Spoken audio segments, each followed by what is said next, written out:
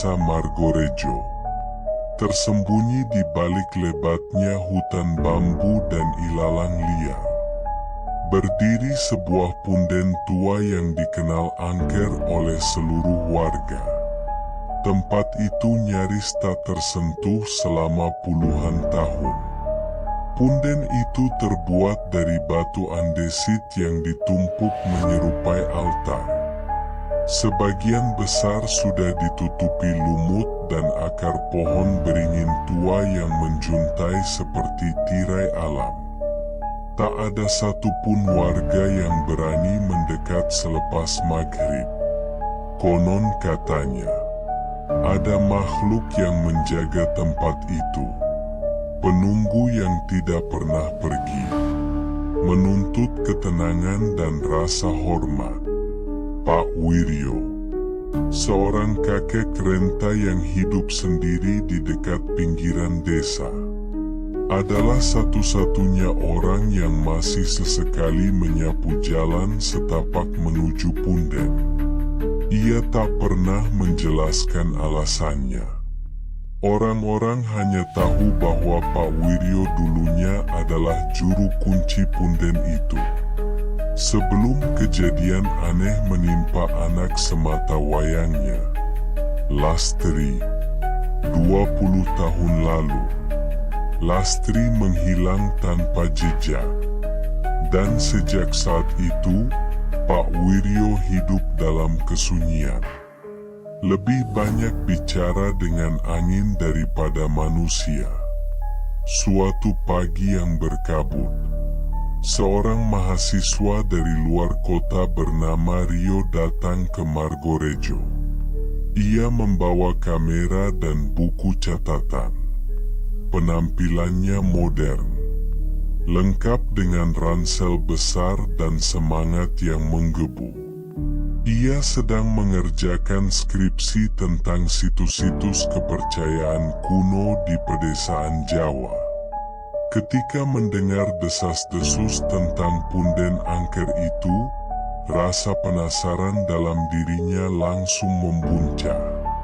Meski telah diperingatkan oleh kepala desa, Rio bersikeras mengunjungi punden itu seorang diri.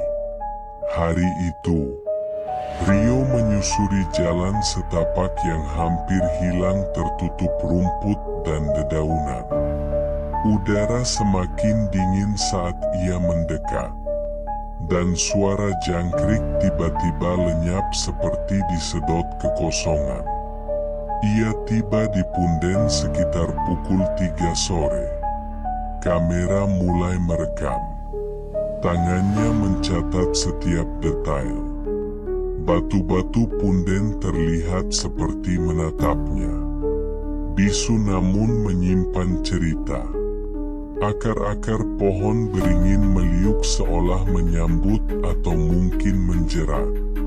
Rio duduk di sebuah batu besar dan membuka bekal makan siangnya. Ia tidak menyadari, di balik rerimbunan semak, sepasang mata mengintainya. Mata itu bukan milik binatang. Pandangannya dalam dan kosong, seperti jurang tanpa dasar. Langit mulai kelabu, kabut menebal. Tapi Rio masih sibuk memotret. Ia bahkan memutuskan untuk mengambil gambar dari dalam punden. Tempat yang disebut warga sebagai ruang suci. Meski tak ada pintu atau lorong, hanya sebuah lekukan batu tempat sesajen biasa ditaruh. Saat ia menginjakkan kaki di sana, angin berdesir kencang. Selembar daun kering melayang dan jatuh tepat di atas bukunya. Di daun itu, tergores samar tulisan seperti mantra kuno. Tiba-tiba, bau kemenyan menyengat menyeruak dari arah belakang. Rio menoleh. Tak ada siapa-siapa. Namun napasnya memburu. suasana berubah drastis. Hutan bambu yang tadi diam kini bergemuruh oleh suara langkah yang tak terlihat. Rio buru-buru berkemas dan berjalan cepat ke arah jalan keluar. Tapi jalan setapak itu seolah lenyap. Ia berputar-putar, kembali ke tempat yang sama.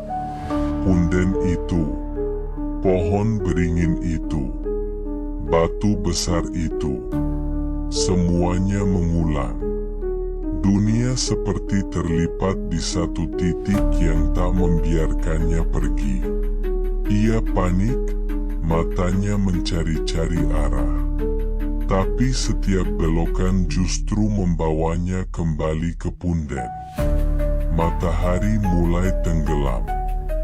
Bayangan pohon-pohon menjulur panjang, seperti tangan-tangan hitam yang menggapai. Rio duduk kelelahan. Tangannya gemetar. Wajahnya pucat. Malam menelan langit dengan cepat.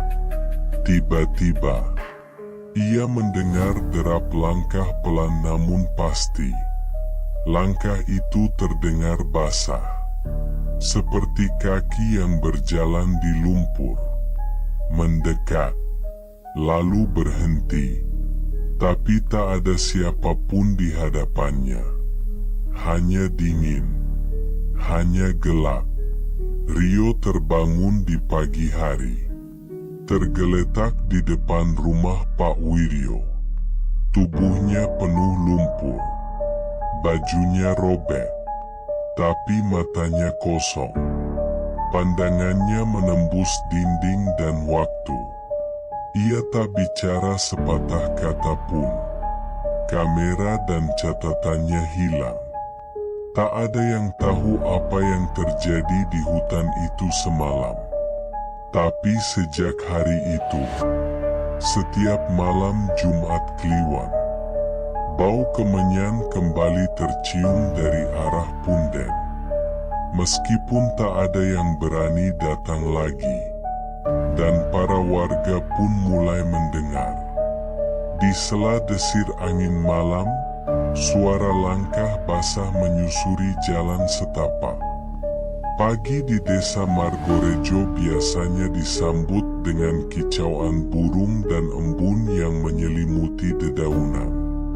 Namun sejak Rio ditemukan tergeletak di depan rumah Pak Wiryo, desa itu berubah sunyi. Seolah diliputi ketegangan tak kasat mata. Para warga hanya membicarakannya dengan suara pelan, nyaris berbisik, seolah takut membangunkan sesuatu yang sedang terlelap. Rio tidak pernah pulih sepenuhnya. Tubuhnya sehat, tetapi jiwanya seperti tertinggal di tempat yang tidak bisa dijangkau oleh siapapun. Ia tak lagi mengenali orang, tak pernah bicara, dan setiap malam menggambar simbol-simbol aneh di tanah menggunakan jari atau pecahan arang. Gambar-gambar itu menyerupai pola-pola batu punden, lengkap dengan lekukan, titik sesaji, dan garis-garis yang menunjukkan arah tertentu. Beberapa warga meyakini Rio bukan lagi Rio yang dulu. Ia telah disentuh oleh penunggu punden, dan tak bisa kembali sepenuhnya sebagai manusia biasa. Pak Wiryo yang selama ini diam, mulai menunjukkan gelagat aneh. Ia kembali rutin membersihkan jalan menuju punden. Meski tubuhnya semakin ringkih, ia membawa dupa, bunga kenanga, dan kendi air. Orang-orang yang melihatnya dari jauh merinding, karena punggung Pak Wiryo seolah membungkuk lebih dalam dari biasanya. Seakan ada beban tak kasat mata yang terus menekannya. Malam Jumat Kliwon berikutnya. Langit mendung tapi tak hujan. Angin menderu perlahan seperti bisikan dari zaman purba. Pohon bambu bergoyang tak wajar. Dan seekor anjing milik warga ditemukan mati keesokan harinya. Matanya melotot ke arah hutan bambu. Lidahnya menjulur, seolah melihat sesuatu yang tak sanggup ia lawan. Kabar itu menyebar cepat, membuat warga semakin takut. Sejumlah pemuda desa mengusulkan menutup jalan menuju Punden, membakar dupa dan menanam pagar hidup dari pohon pandan berduri, sebagai bentuk penolak bala. Tapi malam itu, saat semua berkumpul di balai desa, mereka melihat sesuatu yang membuat bulu kuduk berdiri. Pak Wiryo berjalan melewati kerumunan mereka.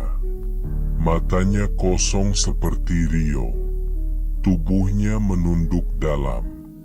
Tangannya menggenggam sesajen yang masih mengepul asap dupa. Tanpa bicara, ia melangkah perlahan menuju arah Punden, seperti sedang menjalani ritual yang telah ditetapkan oleh waktu. Tak ada satupun yang berani menahan. Mereka hanya menyaksikan punggung renta itu perlahan menghilang di telan gelapnya hutan. Keesokan paginya, warga menemukan kendi pecah di tengah jalan setapak. Tapi Pak Wiryo tidak pernah kembali. Dicari ke seluruh penjuru hutan, dicari ke rumahnya, tapi jejaknya hilang begitu saja. Hanya bau kemenyan yang menguar semakin kuat dari arah Punden. Bau yang anehnya tidak menguar seperti biasanya. Baunya kini menyengat, menyusup hingga ke mimpi-mimpi warga. Setelah kehilangan 2 orang, desa Margorejo menjadi semakin sepi. Para petani tak berani melintas dekat hutan. Anak-anak dilarang bermain terlalu sore. Dan para orang tua menggantungkan rajah-rajah di depan rumah. Tapi malam demi malam, kejadian aneh tak juga mereda. Bayangan hitam terlihat melintas di antara batang bambu. Tangisan samar terdengar di angin malam. Dan kadang, terdengar suara langkah, pelan, berat, seolah sesuatu yang basah dan besar berjalan dengan susah payah. Suatu hari, seorang ustadz dari kota datang karena mendengar kejadian ganjil ini. Ia berniat membantu membersihkan desa. Bersama beberapa warga, ia berjalan ke Punden sambil membawa air doa dan ayat-ayat suci. Namun, saat mereka mendekati area Punden, ustadz itu berhenti. Wajahnya pucat, tubuhnya gemetar, dan ia menolak melanjutkan perjalanan. Ia hanya berkata satu hal. Tempat itu bukan sekadar angker. Itu adalah gerbang. Setelah kejadian itu, Punden dibiarkan. Tidak ada lagi yang berani mendekat. Jalan setapak dibiarkan tertutup semak. Nama Pak Wiryo hanya tinggal kenangan. Rio kemudian dipindahkan ke rumah sakit jiwa di kota. Namun kondisinya tak pernah berubah. Ia masih menggambar pola Punden, masih menatap kosong. Dan setiap malam Jumat Kliwon, tubuhnya menggigil hebat seolah menyambut sesuatu.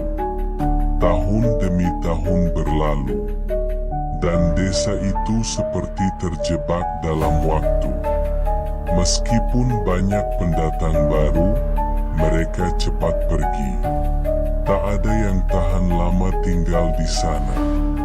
Dan hingga kini, bau kemenyan masih tercium dari arah Punden setiap malam keramat.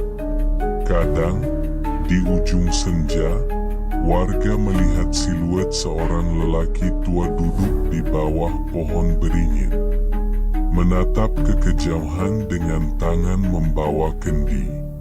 Tapi setiap kali didekati, sosok itu menghilang, meninggalkan jejak kaki basah di atas tanah kering. Punden itu tetap berdiri, diam namun hidup. Ia bukan sekadar tumpukan batu tua. Ia adalah penjaga dari sesuatu yang lebih tua dari desa itu sendiri. Sesuatu yang tidak ingin dilihat, tidak ingin diganggu. Dan mereka yang berani melanggar akan menjadi bagian dari Punden. Menjadi penunggu baru, menggantikan yang lama. Dan malam akan terus berjalan, langkah demi langkah, jejak yang tak pernah hilang.